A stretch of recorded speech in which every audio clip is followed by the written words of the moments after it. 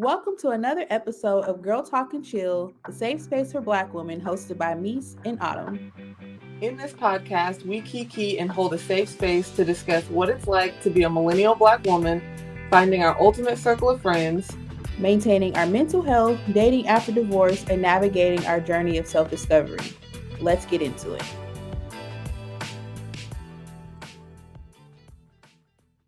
Hello, friends. Hey, friends. What up, y'all? We're back with episode 9. Ooh, I think this is episode 9. Pretty sure this is episode 9. We on a roll. Yes. I feel good. I'm excited. I'm really excited about our topic tonight. Me too. This is going to be a really fun one. Yes. Tonight we are talking all things self-love. And not just the cliche conversation y'all have seen online. No, this is like the actual self-love. The real raw rap. Multiple levels to this thing. Okay. Yeah, so let's get into it. Autumn, friend, what is your definition of self-love? Let's see. My definition of self-love would be prioritizing self, knowing that you are number one, knowing that, should I say the affirmation now or should I wait? I don't want to say it. Go ahead, let me know now. Okay. Yeah, self-love is knowing that it's 100% a luxury to be me. My presence, my existence, my life, my energy, everything that I have to offer. This package right here is a luxury. That's the true mindset of self-love for me. Yeah. What about you, sis? What about you? Yeah, so self-love for me, I think you said is making yourself a priority. Like whatever is on my to-do list, I'm at the top of it. So to me, it doesn't have to be complicated. It doesn't have to be this like big show of whatever. Although I do like that we display acts of self-love online because it'll encourage somebody else to do it. But it's just that simple. Like, what do I need today? Okay, I know that I need a few minutes in the morning to myself, or I'm going to be psycho and stressed out and overstimulated all day. So taking that time out because I'm number one on my to-do list, right? So that's self-love to me in like a practical form to everybody to do. Yes. Putting my phone on do not disturb. Boy, when I tell you, favorite form of self-love. I don't want to talk to none of y'all. Listen, do not disturb is a whole ministry. Like because so much, like especially social media, your bank want to send you an alert, all the emails, people texting you, calling you. Look, now, when I'm ready to deal with that, I will absolutely deal with that. But you cannot have access to my energy just because you thought of me at this second. I may not be prepared to deal with whatever you hit my phone line with. Yes, the trauma of getting the notifications that Shein has once again taken a payment out of my bank account, and as well as whatever flight that I'm on a payment plan with, they're also taking my. I don't need that in my life right now. I don't need to know. It's gone. You already took it. Leave me alone. Keep that to yourself. That's between you and Bank of America. Leave me out of it. That and the payment reminders for other bills and stuff, like somebody calling you with some stress that you're not in the space to handle. Like, go ahead, you gonna call me, you can go straight to voicemail, send me a text or leave a voicemail. I'm gonna listen to it, and depending on what you say on that voicemail is gonna depend on when I call you back. Yes. If I call you back. I need time.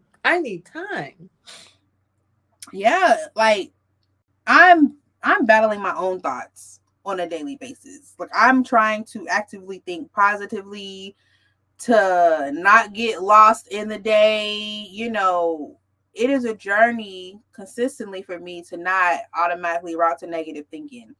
So all day long I'm fighting on that. And while I am, I am a reliable source for friends and whatnot, it's a space for that. I got to make time for that. I got to prepare for that. You can't just tap me in overwhelmed. Absolutely. It's like one of my favorite things because we send voice notes to each other like every day, all day. And one of my favorite things is when I hear at the beginning of the voice note, you don't have to listen to this right now, but only listen to this if you have space to listen to this. And that allows me to just be, to make sure that I'm in a comfortable space with it, to make sure that if there's something that I need to unload, that I can be ready to be a support system for you. But quite honestly, just that level of respect that you give me whenever you're like, okay, I need to get this out, that opens me up to be like, okay, well, she's not taking advantage of my time and my energy. Like she cares.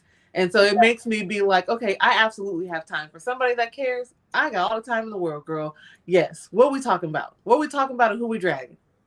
Yeah, because some people be needing some dragging sometimes. But yeah, you absolutely don't want to be an energy leech. And if you're the type of person like me, I need to vent sometimes. Like sometimes, all the time. I feel emotions very intensely.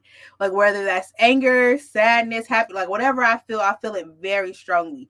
And sometimes I just need to get it out. But Mm-hmm. I never want to dump on any person. Just, hey girl, good morning. So let me tell you about how they had me messed up and blah blah blah blah blah. It's 7:30. It's 7:30. I haven't even like set my mood for the day. Why is you? That's so Right. like.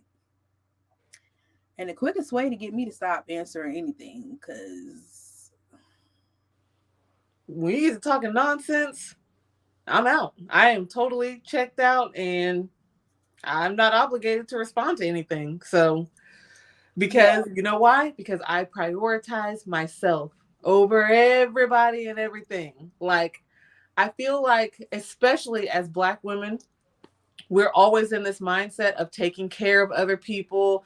We always are in the mindset of, if nobody else is going to help me, don't worry about it. I'm going to figure it out. I got it. And so we tend to put ourselves on the back burner because we need to focus on other people and focus on someone else's problems, whether it's our partner, our kids, our parents, our siblings, our friends, whoever, our job, whatever it is. So we put ourselves on the back burner because once I handle this, then I'll be able to deal with me. mm-hmm. And that's just not true. It's not true. And it's fucked up. You got the game all kinds of twisted because you're only going to be as good for the people and the situations you're trying to help as you are for yourself. And if you are completely depleted and you're not in a good space, you're not going to be able to do anything for anybody else. You're half-assing all of the help that you're trying to give. And it's crazy because you help one person with one problem, then another person with another problem, then you put this fire out over here. And at the end of the day, you try to take care of yourself. You wake up in the morning and guess what? All these people got a whole new set of problems that they're looking to you to resolve. No, I got to take care. I got to put me first, Lucius. I got to put me first. I got to put me first. Cue Cookie's voice. Listen, I had to learn the hard way. That I have to come first on my to-do list because it was a period of time where it seemed like in every circle, like my work circle, personal romantic relationship, friend, family, everybody that I was interacting with, I felt like there was an imbalance. Like I was giving, giving, giving. And when I asked for like just a crumb back, it's like, oh my God, you want what? Why do you want so much? And I was just like, what? Okay, what am I giving off? Because I'm saying I'm going to work and I'm dealing with it. I'm dealing with it at home. I'm like, and so I was just like, man, if you come out the gate giving, giving, giving, putting yourself on the back burner, the people that you're giving to, they prioritizing themselves. They good. Yep. They're making sure that they're good to go, that they handling their business for themselves, whatever they got to do. You the one depleting your energy, your time, your resources, your mental space with all of this, and you mad, and they like, so like, yeah, nah, like, girl, it was a very, very, very stressful time. Never again. Never again. That's dead. That means don't exist no more. She gone. We have put her to rest. Yes. Okay, so we're talking about self-love. Everybody is on the self-love kick now, which I think is very healthy, but it's a journey to get there. So, like, when at what point did you realize that you didn't love yourself? Man, so I realized that I really wasn't rocking with myself whenever in my youth, um when I just realized that I allowed myself to settle for less, um put myself in a situation where I was um engaged to be betrothed to a man that Not like betrothed. literally he wasn't feeling me, I wasn't feeling him, but it was basically just like, this is like a safe thing, this is a sure thing, this is a, this will do, this is the best that I'm going to be able to be able to get. And I just felt miserable, and I felt shame because I'm just like, you really think that somebody that you like him and you're friends, but you ain't feeling him like that, and you think that that's all that you're worth. That is the first time that I realized, like, you really don't vibe with yourself. Why do you think that that's, all that you're worth is just like, oh, I'm gonna be married to this person that we cool, but that's not your soulmate. Like, Mm-hmm. that was when it first dawned on me, and I was like, girl, you gotta do something else. You have got to figure something else out. That's settling for safe. Actually, Sarah, I don't know if you know TD Jakes, the pastor. Mm-hmm. So his daughter Sarah Jakes, she actually has a book called "Don't Settle for Safe." Ooh. So many people like end up in romantic relationships, careers, whatever, because whatever the situation is, we know it's not quite right, but we don't have enough faith and trust that we can find what is right. So it's like, this is working. Then you resenting who you with and all of that, but you Yes. like, yeah. Yeah, it's a very disgusting and disturbing feeling to know nobody's forcing this on you. You're doing it to yourself, and that was just like actual literal shame set in. So, what about you, Mies? When did Wow. you figure it out? Um, I don't think I really knew it at the time, but in like self reflecting, like looking back, probably very young, like around age 10-ish. 10. Yeah. I just want to hug you. Girl, these issues were deep. Thank God for therapy. Thank God for therapy and a good journal. But yeah, I just remember like I remember not feeling attractive. Like that's kind of around that age where I think we start to notice things. Like some of Mm-hmm. us start to notice Mm-hmm. that boys are kind of cute, who's pretty, who's not. Oh, I dress like this, they dress like that. Like, and so I really feel like that was the kind of time I went through noticing, and I didn't feel attractive. Girl, was broke, poor, and so all my clothes look like they came from the thrift store and not the trendy ones. The them is about 3 people wore that before you got it. Right. Like type of outfits. Um, and then just like I had a lot of home issues, inner issues, just a lot. It was a lot, and I just remember feeling like I was ugly, and like there was nothing special about me. And it's just like, dude, like you said, 10. But when I look back, that's the earliest that I can remember, and then from there, it just kind of we're here now. This is who we are. This is how we feel about you. Wow, 10. That is young to be, for me, my perspective, to be thinking so harshly about yourself. Yeah. And so, when I got into therapy, and people online will talk about it too, like your inner child, Mm-hmm. the voice of your inner child, and things like that. And so, my therapist was saying like a lot of people are stunted, like emotionally stunted of like their age of first trauma or the age of whatever. And so I was sitting there and I was thinking, I said, well, that's probably about like 9, 10 for me. And I was just like, oh my God, am I like emotionally a fucking 9? Oh my kid is 9. Like we the same. Y'all processing emotions the exact same. Oh my gosh. Fix it, Jesus. I feel like that is a great concept for an Issa Rae movie. Yes.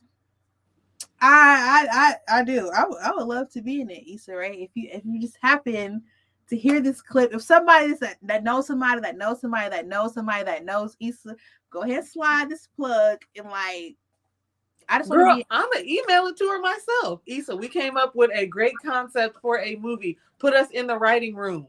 Period. Yes. And we will be forever grateful. Forever. Yeah. Yeah. So yeah, a lot of, when we think about self-love, right? Like I always say, self-love and healing is not an aesthetic. Like we've made it look pretty. And like I said, I love that because it brings light to it. And, more people see it, they'll start to wonder about it, go down their own rabbit hole, and hopefully get to where they need to get.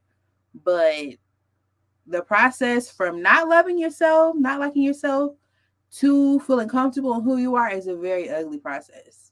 Like there's definitely is. Boy, when I see these people on Instagram, walking on the beaches and frolicking in the grass and in the trees, they're just so joyous and happy about their healing. I'm like, oh, so you're talking about like the surface level healing. You're not talking about like that deep rooted. My healing process was a lot of me laying in this bed, snotty nose, like hair a mess, completely had not been twisted for months. Like my healing process was ugly. I can't remember a time when I had a cute healing phase. Like what was the cute part of it was like getting towards because we're never completely healed, but it's like you get to a place where you can reflect and be grateful for the trauma that you experienced during the healing, but it definitely do not be cute. Listen, like one step of healing is, like self-acceptance. And so for me, that has been one of the hardest phases in whatever I go through, because of course some things are out of our control, like daddy issues or, trauma inflicted on us by somebody else. But there are some things like, a bad decision you've made that has brought you XYZ gates of hell trauma. And so for me, it's like in those situations, like, oh my God, like I did this to myself. Like I didn't have to go down this route. And so for me, that's one of the hardest phases of healing, is because it's like trying to talk to myself nicely. I have nothing nice to say to myself. If I was talking to somebody else in a situation, I'd probably call you a dumbass. Like, why would you do that stupid shit? So that's how it's talking to me. Like, what were you thinking? 1 + 1 did not equal 2 here. And you did it anyway. Like, don't cry now. And so trying to talk to myself nicely and give myself grace and be like, okay, well, why did you proceed with these steps when we felt something wasn't quite right? And then it's usually like, oh, okay, this is a deeply rooted thing that's connected to something else that either I didn't know about or I knew about it and just didn't know it would affect me in this way. So, then like you say, going through the process of you being grateful for the trauma, like damn, that really sucked. I really hated that I had to go through that, but I'm glad I did, because now I know that I still got some stuff to work on. Yes. I don't want to go through anything worse than that, like it, whatever. And so I'm glad, it exposed these things so I could fix whatever. Otherwise, I'd be out here living my best life and you can't tell me nothing. I have no issues. Period. What? Fix what? Oh, baby, that's a you problem. Like, we're good over here.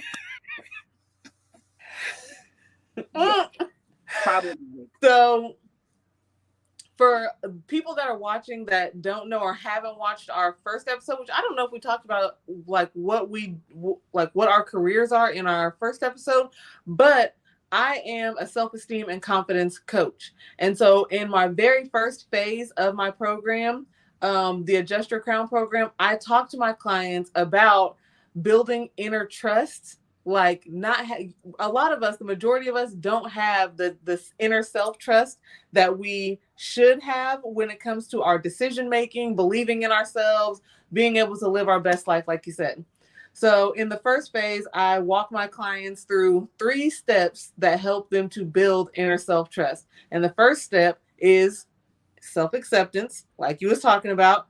Very hard for a lot of people to take accountability for themselves. Like that is incredibly difficult. The second part of that is forgiveness. Forgiveness of others and forgiveness of self. And once again, it is a lot easier to forgive, or at least to tell people that you forgive them, than it is to actually forgive yourself. Because even if you tell yourself, like, okay, I forgive myself, there's no possible way for a human being to lie to yourself. Your inner dialogue, your inner conscious feelings, like that shit is all there, whether other people can see it or not. We all feel it. Like it's literally a part of you. And then the last part of it is gratitude, being grateful for, like, and this part blows people's mind, but like you got to be grateful for the shitty things that you have been through, because it does build you and mold you and make you into the flower that you are destined to become. But you have to do it. You have to go through the process, like the healing process of that. And it can be difficult, and it's supposed to be ugly. Like it's supposed to be, I don't know. And you're the poet. I need an analogy for something that's ugly that turns out beautiful. Well, it's funny you said it, because when you was like, it's supposed to be ugly, I immediately thought about child labor. Like there is nothing pretty about that shit. Like there, but like I don't necessarily mean like the pushing and all that, but like before you can get there, labor pains come. You have labor pains a day before the baby get there. And so a day? Yes. Oh my God, we get distracted. You cramping, you feel the contractions. She like, nigga, I'm never having kids. Let me write this down. Number 17,143 reasons why I will not have a child. What? I thought this was going to take a couple of hours, water break, couple of hours. We pushing, we doing what we do, and then the baby here. And then the real trauma begins. You said a whole day before? My nigga, when I had birth story, when I had Leah, I went to the hospital like 4:00 on a Friday. She came at 9 the next morning. The next day? The next morning. Jazzy. Leah, we have things to do. When Jazzy, her labor pain started. Did I have both of them on Saturdays? No, I had Jazzy on a Friday.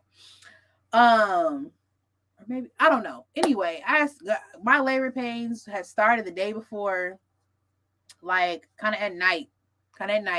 She didn't come till 9:20 the next night. Jazzy? Yes. Now, a Pisces gonna take their time, because she was probably in there just playing around in La La Land. Girl, like taking me through it. But yes, like the process of labor, like you feeling the cramps, you know it's coming. Like there's gonna be an end process, but it don't feel like it's ever gonna end. Like it don't. God. Are we here yet? Like, are we here? So your body, your body is stretchy. Your body is doing a lot of things. It's very, very ugly. People, oh, birth is so beautiful. There's nothing beautiful about it. I don't care what anybody says. Yes, it's a miracle and all. Cool. But going through the process, it is not cute at all. But then you get the baby and it's like, oh my God, like all of the pains. Oh my God. Hell no. I got beef. I'm beefing. We tripping. We are tripping. I got to work on forgiveness. I got to forgive the baby for what you've done to me. You did it to yourself being fast. That baby asked here. All I wanted was a little bit of dick. And here you are. I'm just trying to have a little sex. God dang. Okay. All right. We totally got distracted. Consequence of being turned on. But so that reminds me, I mean, I know I told you, yes, that was a really good analogy, but it also reminded me of, like, Mies has been teaching me Bible stories, okay? Some of the Bible stories and the things that I think in my mind, she'd be like, no, that's not exactly the way, that's not really what that means. So, but it made me think of when you were telling me the story about Noah and his ark and his people. And like that also could be a good analogy, because although the world did become a better place afterwards, like, him and God had to create, a whole genocide. Like, they knocked out everybody in order to create a better world after that. So I wouldn't exactly describe it that way, but not the same thing. I see how you got there. But yes, there was an ugly cleansing process. There you go. Yes. And then the new world began. That's what healing is like. Yes. Yes. Yes. And I don't know. I just don't want people, who are starting out, because you have to be intentional. So, okay. So sometimes we get started on a healing journey and it ain't even something that we opted into. It's just like we're here and we realize we're going through something and we got to get up out of this. So we can't sit in this forever. Mm-hmm. But mm-hmm. Once you realize you're there, you have to be intentional about working your way out of it. And so I just never want anyone to be going through it and feeling like, man, like, I'm supposed to be thriving. You will. You're going to get there. But like, first you have to sit with yourself. You got to face yourself. You got to think about, all of the things that you've never gotten over, the things that affect you, that lead to this and this and that and all. And it takes time.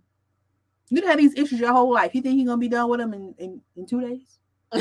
Right. Giving yourself okay, I have got about 72 hours to deal with this shit, and then it's got to be wrapped up. Yeah, I've tried that. It don't work that way. It does not. It does not work that way. No matter what type of commitment and dedication, you're just like, I'm going to reflect hardcore for 24 hours. And then for the next 48 hours, I'm going to work out a system of being able to apply it in real life. And then I'm going to be good. Literally, there's always going to be something. Like, let me think. Whenever I was going through my divorce, I would think like, okay, like, I'm healing, I'm letting go, I'm, it's being able to have forgiveness and acceptance and gratitude for all of the things that I've been through in this process. And then I would go on a date with someone, or I would have a conversation with someone, and I would be triggered immediately, and it would take me right back to that place. And I'd be like, ooh, we still working on that. It's like a deeper level. Like, okay, I healed the surface level of it, but then there's that underlying issue that still needs to be worked out. We're not quite there yet, ma'am. It's always going to be something. Girl, I always say, like, there's no quicker way to tell what you need to work on or what's still triggering you than dealing with another person. Because at some point or another, an individual is going to hit that spot. Unintentionally, most of the time. They're going to hit that spot, and the inside of you is going to, they touching it. It's like, oh my God, I thought it was over. Right. Here comes this ugly mother coming right back. Yes. And I absolutely, man, nothing makes me madder than thinking I'm over to some stuff. And it come back and hit me just as hard as it did the first time it happened. Like, but that's why, I do feel like periods of isolation are good to, process your emotions without any like outside influence. Mm-hmm. But staying in isolation, I don't think is very healthy, because you'll be waltzing through life thinking that you're good, thinking, whatever. But if you were dealing with other individuals, somebody would have been tap danced on that trigger and would have let you know, nah, baby, go back to the drawing board. Like, you got some more stuff to purge. You know what I'm saying? So Absolutely. I think that isolation was like the very first thing that I did in order to start my healing journey. I started like detaching myself from um people, situations. Like I just needed to detox from everything that was surrounding me in order to be able to like start with a blank. I need to be able to take all of this shit out of my mind, out of my heart, lay it all out on the table and look at it and be like, okay, this shit has to go. This is valuable, you know, like, but I got to do that by myself. I can't have the outside influences. Um, but like you said, not for very long. Like my next step after that was making sure that I kept my most valuable people closest to me, around me, so that I could get y'all's perspective on things, so that you guys could tell me like that's actually trash behavior and you should probably cut that out. Like don't do that. That's not the proper way to handle that. Or even just having like a lot of different perspectives, you know, just to say like, okay, well, that may work for you and that's good for you, but that doesn't work for me, you know. But I needed to be able to still have balance with people. So isolation comes number one, and then number two, being very intentional about the people, the valuable people that you do keep close to you in your circle. yes, because the quality of people matter, right? Yeah. Just having people around for the sake of having people, like we're a reflection of the people that we choose to have in our life. So I need my squad to be better than me. Like I need, Okay. but that's another conversation for another time. Okay, so how did you start like the journey to self love? I feel like that's such a cliche question. The journey to self love. How did you start that road? um well, one thing that I will say is like earlier in this conversation when you were talking about like how hard it was for you to find nice or positive things for you to say to yourself, that is actually not something that I had. Aquarius God complex, I never struggled with that. And it has its good points and it has its bad points, you know. But my beginning stages of it was, I guess it was just me reminding myself, like, you have a whole roster here of amazing things about you. So, like, taking it back to the situation where I was betrothed to the man that he wasn't fucking with me and I wasn't fucking with him. I literally, once I realized, like, you're settling and this is not, like, you're not going to be happy here for a lifetime. This is not where you want to be at. And I started asking myself hard questions. Number one, why do you think that this is all that you are worthy of? So asking those really hard questions, isolating myself, you know, so that I'm just totally in my mind, getting my real, true, honest answers. Um, and then from there, you know, like the proof is in the pudding. I'm like, you know, I have a lot of compliments about myself. So that I'm just like, you know, I got a whole list of reasons right here why you are that girl. You that nigga. There's literally actually no reason why you need to be locked down with this bum over here. You gotta move around, girl. You gotta move around and see what else is out there. And it's funny, like maybe 3 months after I decided that that was not the life for me, I met the man that I did end up marrying. And yes, we are divorced now, but I did, you know, actually find someone who did make me better and that I actually was married to and happy and in love and all that. So, I mean, making that decision to want more and proactively like taking action on it, you're going to see results. Right. And that again, you add that to the list of reasons why I am that girl. Okay, baby, that's you. Beyonce said, "I'm just that girl. It's not the diamonds, it's not the pearls. I'm just that girl." Okay, now she got some affirmations on that album. I need to go write some of those down and put on a sticky note. The lyrics, her lyrics, she said, only the radio can play me. When she said that, I said, oh, pimp hand is strong. Okay, I hear you, Beyonce. I hear what you're putting down, and I'm with it. I like that one too. I think for me, like, I don't know, it was something about turning 30. It was something Mm. I don't know. It was a light switch that went off mentally, emotionally, but it was like, man, I started coming across a lot of girlies online who were feminists. Like, I don't even want to say it was just a feminist, but like, I was coming across a lot of women that were very vocal, that had platforms about being confident in themselves, the type of results they were getting in relationships, like just the lives that they were living. And I was just like, I'm not doing something right. Like something. And so I don't know, like I just started like really consuming content, which is one of the reasons why I'm glad we have this podcast, because I feel like, at times when you're going through stuff, sometimes you just need like to see something, to hear something that'll trigger the light bulb. Oh, I just need to hear, and then it take off from there.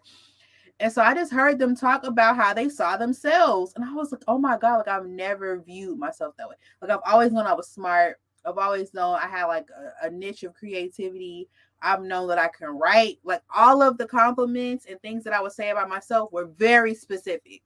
Mm-hmm. Like it wasn't just, oh my God, you're so dope. You're very dope at writing. Like you're very dope at this. But it was not a holistic like level of confidence. And I was just like, dude, look, I've been on this earth for 30 years. Mm-hmm.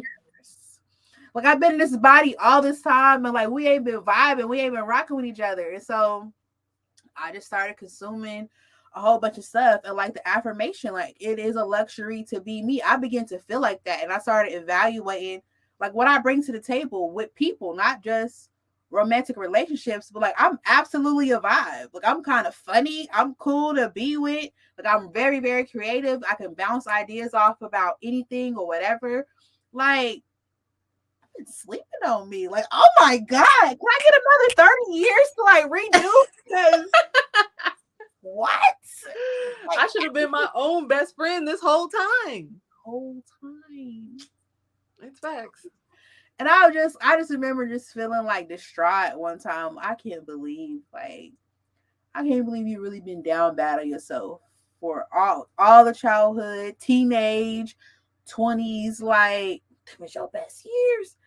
Now I know like the best year. I mean, like those are like the carefree years where you can F up, and that's where I F up like my self-confidence and self-esteem and all that. But the 30s on up, like the girlies in the 40s and 50s have been like, it's absolutely lit here because we don't give a shit about what nobody has to say about us.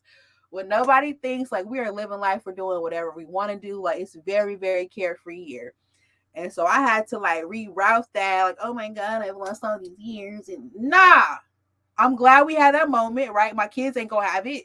Some other woman is gonna benefit from these conversations, and it's up from here. I needed all of that to write some dope ass books. Like I really had to exactly. You know what I'm saying? And so yeah, like just that journey of like seeing and hearing women just speak very, very highly of themselves, and not in relation to their status with a man. Like I've heard women, well, I am a wife and this and that, or I have, this degree or that, but just period, without any of that. Yes. Without a degree, without whatever, I'm that girl. Like my energy and my vibe, it's a luxury to be me. It's a luxury for you to be in my presence. It's a luxury for me to call you or answer the phone when you call me. Like, yes. Like I'm the gold that is dripping everywhere I go. Everywhere I go. Everything I touch turns to gold. That's another one of my favorite affirmations. Like period. But yeah, it wasn't cute getting there, right? Like it was And I'm glad that you brought up the point about our age, because recently I've had a couple of my friends that have like made comments about being in their 30s and like life is life is like serious now. Like I'm in my 30s. I'm not young anymore. I got to do this. I got to do that. And I'm just like, first of all, I'm older than you and I'm still young and I'm still popping. So I don't know where people are getting this mindset, this energy of like, I have very limited time left to like be great or be successful. I actually think that I'm more popping in my 30s than I was in my 20s because I feel like I got more money, more freedom, more like just like I'm doing a lot. Like in my 20s, I really didn't know what the hell was going on. So although I did have, like I don't even know, I was just young and wild and carefree, but I'm still young and wild and carefree. I'm not, I don't feel like I'm slowing down or I'm maturing and getting wiser, but I'm not like maturing to where like I'm not digging a grave anytime soon. So like I'm still living life. Whatever the things that I wanted to do in my 20s, like I wanted to travel more and go to festivals. I didn't get to do any of that in my 20s. I've been doing that the last like 2-3 years of my life, traveling nonstop. I've seen so many concerts, met so many celebrities, been to so many festivals, like because I have the money, the time, like I create my own schedule. Like I've literally created this fly ass life that I get to live and I get to dictate and I get to run my kingdom the way that I want to. Like it's lit. 30s and up is lit. Don't let nobody tell you different. Absolutely. I think for a lot of us it's hard because our 30s are hitting different than our parents' 30s, right? And so like, economy was different. So they had houses, like they were very, very established. They were a different type of adult. Look, I've seen so many memes that we all relate to. Like we the adults, we're the leaders. We the grown-ups. Something is not right. Something is not right. I'm very afraid, but here we are. Somehow we've ended up here. And so a lot of us, all of the things that we said we would accomplish in our 30s. I want a house. I want to be married. I wanted this. I wanted that. And we hear and it's like, I'm behind. I'm this and I'm that and I'm that and I'm that. Mm-hmm. And so getting lost in that frantic energy, well, that's not going to get you nowhere. Right? Like that's going to have you stagnant and overthinking and down bad on yourself. And so, yes, just realizing, okay, this is what I've accomplished. This is the journey that I'm on, and I'm going to enjoy the journey getting there. Like, yes, we are in our 30s. So like you said, we're more serious about our money. We got more money. We're better at managing it. Like certain things we should be better at than we were in our 20s. But if we're not quite where we want to go, baby, we ain't going no time soon. Like I don't affirm that for myself at all. So I'm actively, well, that don't mean like just slack off and I got time. Nah, baby, we got to be proactive about getting there. But absolutely loving the life that we have, living in our purpose and our truth, creating, like acting on the things that we want to do. We have more confidence. We're more comfortable with ourselves. Like, I love it here. I absolutely love it here. If 40s is better than this, I can't imagine. Okay, well, one thing I know, our locks is gonna be longer. So hey, I'm okay. I can't wait. Bring it on 40. What's good? Yeah. I'm not rushing to get there, but I'm not afraid of it either. Like I'm not. Definitely enjoying the time that we have now, and I mean that it can only get better. It can only go up. So if we're building the foundation for what's to come, for 40 now, I'm totally comfortable with it. I have no fears, no reservations.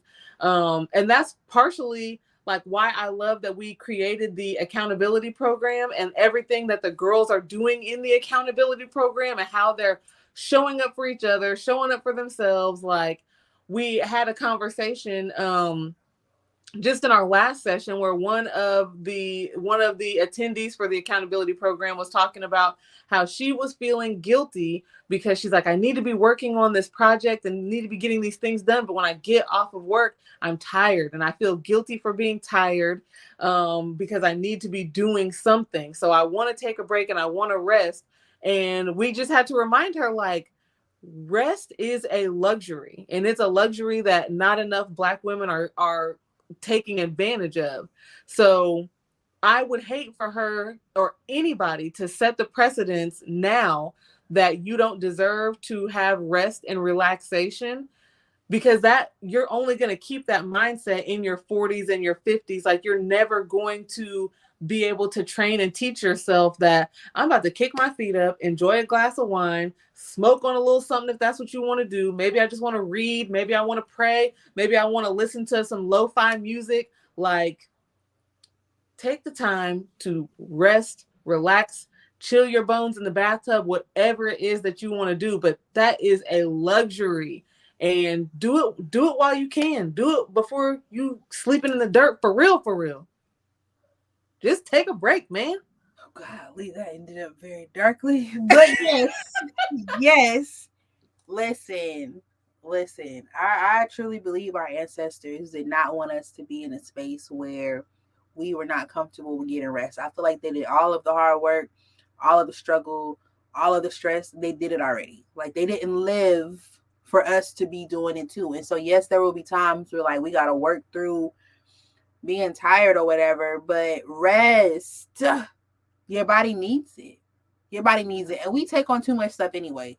So if you're a Black woman and you feel like you need some rest, you probably been needed rest 2 weeks ago. So go ahead and take that nap. Go ahead and just go to sleep. Absolutely. Like, just, it's really, actually, napping is good for your skin. Like, skincare is a very big deal to me. And if you're not taking proper amounts of naps, drinking water and taking proper amounts of naps, your skin is probably ashy.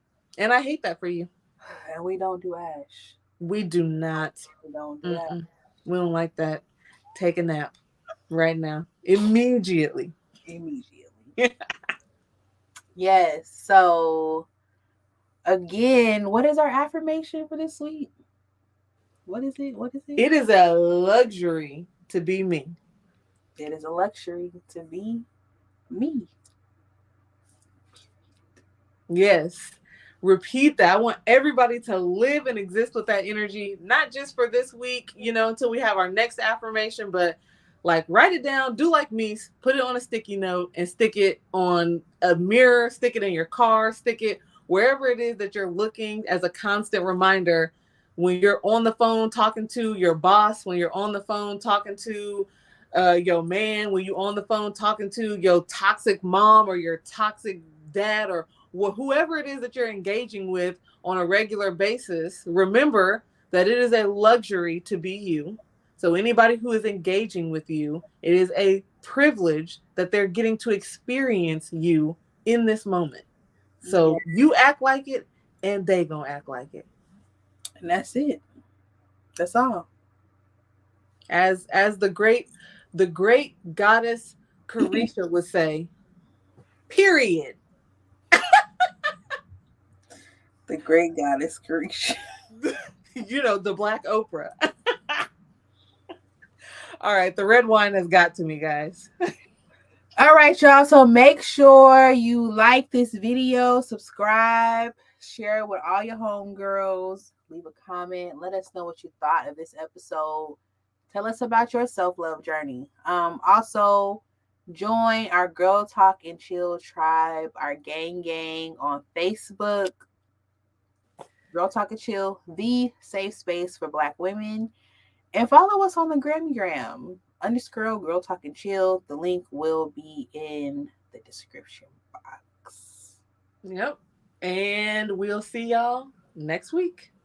Bye.